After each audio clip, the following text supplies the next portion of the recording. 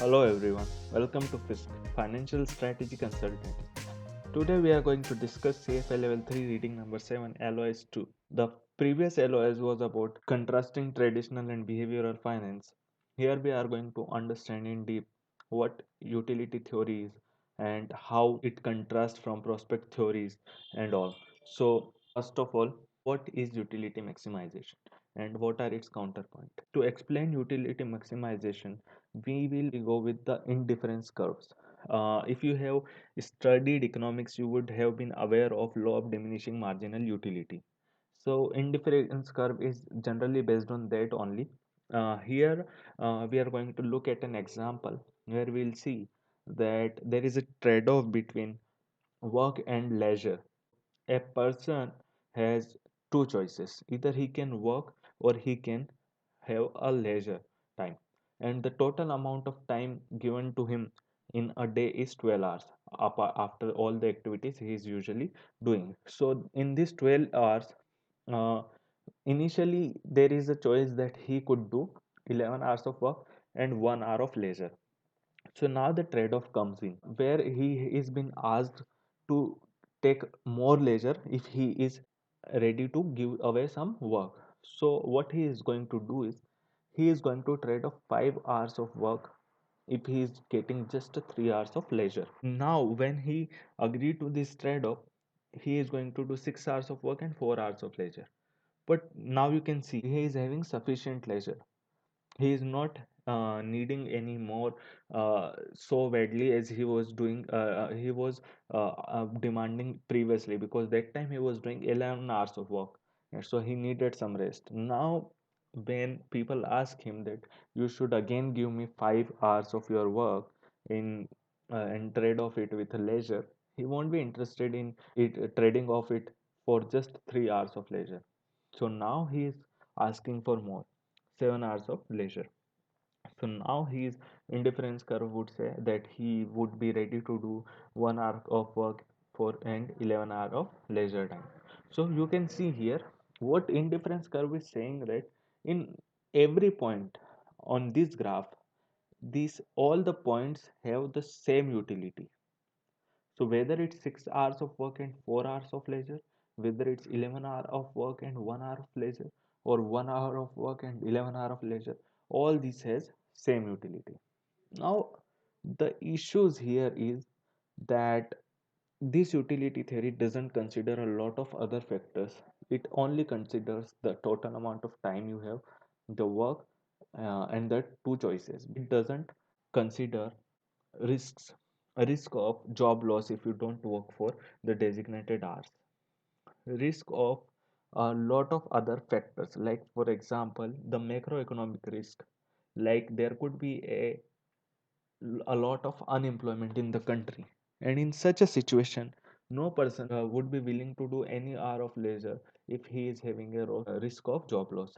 So he would be willing to do even 12 hours of work without any leisure time. So this is what actually happen, which this theory doesn't consider. And indifference curve had some kind of issues, like especially it considers that the person is always risk averse. So he always have this risk averse belief, and he would love certainty over probability. But in actual reality, there is no fixed risk averse behavior which a person has. It could be risk averse, but it could also be risk seeking. And in risk seeking behavior, just as an example which I gave you in the last video also, that a lottery ticket, when a person buy a lottery ticket, he is showing a risk seeking behavior. So Friedman and Savage also consider that phenomena, and they say that in real world a person can't be always risk averse, and therefore we have to consider risk seeking behavior also. So there would be different time when he is showing different behaviors. So they come with double inflection utility function. In this graph they mentioned two types of behaviors a person is having. First one is risk averse, but the second one is risk seeking.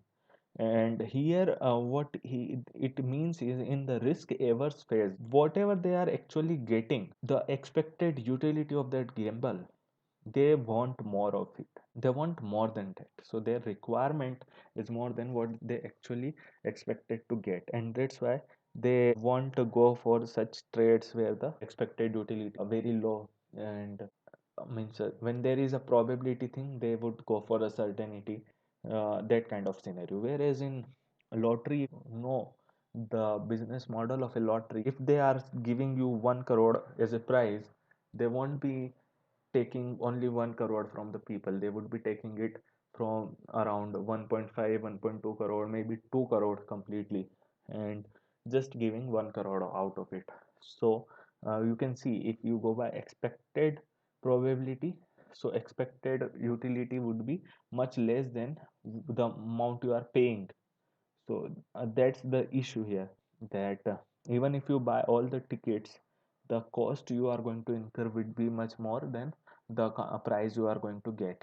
And that's what you can see here, that the person require very less than what he should actually require because of the risk he is going to take.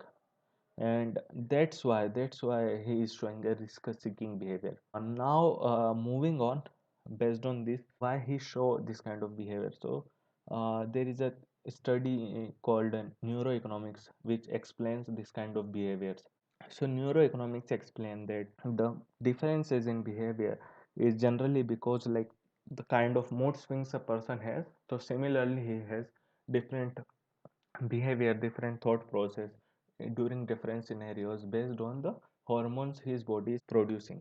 So the two chemicals which are actually produced, which decide this kind of behaviors of enjoyment, motivation, and feeling of risk averse or risk seeking, is serotonin and dopamine. So this is what we have to study in the neuroeconomics, but I'm not sure how much this is going to be covered in the exam, but at least read 1 or 2 times the all the theory given to you in the material. Now, there is another theory called decision theory. Decision theory is a normative theory which believe in the ideal situations, but their practical application is more of prescriptive nature, where we use some tools and methods to get to the better decision from usual. So there is a development of decision theory over the years. In 1670, Pascal said that there is decisions are based on expected value, and the expected value is based on the individual giving probability to each of the possible outcome, and he is calculating all the expected values, and whichever is value is maximum, whichever decision is giving him a maximum expected value, greatest expected value, he choose that one, that decision. Now Knight said that it's not as simple as what Pascal said in 1670. He said that there are two things, not one. One is risk and other is uncertainty. Now what Pascal was talking about, risk as per him. Risk means unknown outcome with known probability. So there you can find an expected probability. But there is another thing called uncertainty, where you have unknown outcome with unknown probability. And therefore you won't be able to calculate the expected value.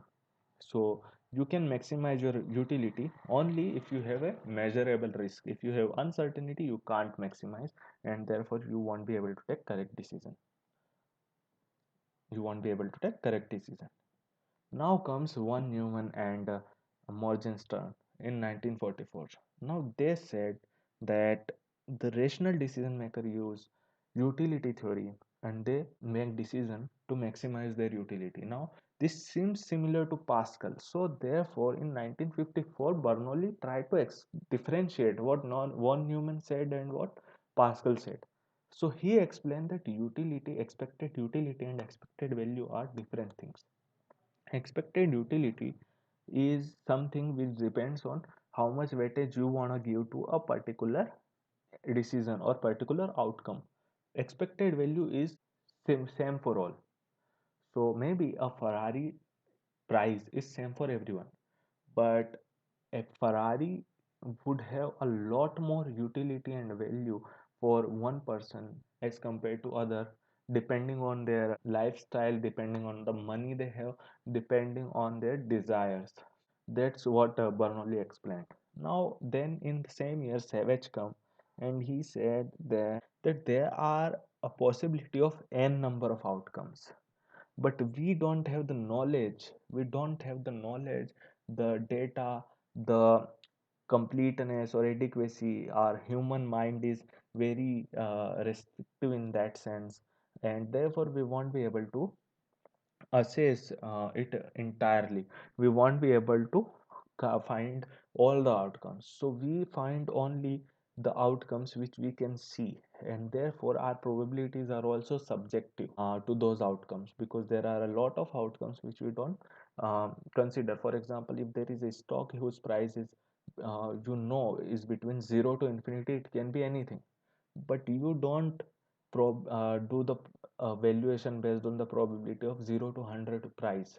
You do it based on a lot of knowledge which you have, which is not complete. It's incomplete. You don't know everything about a stock. You may forget something, something may change. So there are a lot of things.